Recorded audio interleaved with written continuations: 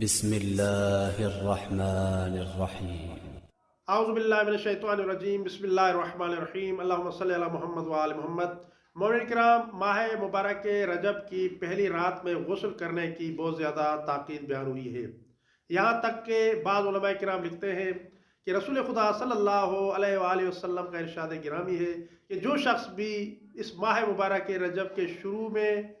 درمیان میں اور آخر میں غسل کرے گا تو وہ گناہوں سے اس طرح سے پاک ہو جائے گا کہ جس طرح وہ ابھی اپنی ماں کے پیٹ سے، ماں کے شکم سے باہر آیا ہو۔ تو اس لیے کوشش کریں کہ ماہ مبارک کے رجب کے آغاز، درمیان اور آخر میں غسل کریں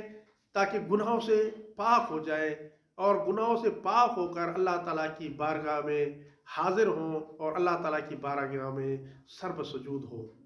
ہم اپنے اس چھوٹے سے یوٹیوب چینل حسینی آواز پر ماہ مبارک کے رجب کے اعمال پیش کریں گے، اس لیے مومنین سے گزارش ہے کہ زیادہ سے زیادہ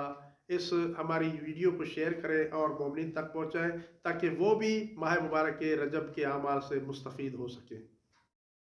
اگر ہماری یہ ویڈیو آپ کے لیے ہیلپ فل رہی ہے تو ہمارے چینل کو سبسکرائب کر لیں اور ویڈیو کو لائک بھی کر دیں تاکہ ہمیں اس جیسی اور ویڈیو بنانے کے لیے موٹیویشن مل سکے۔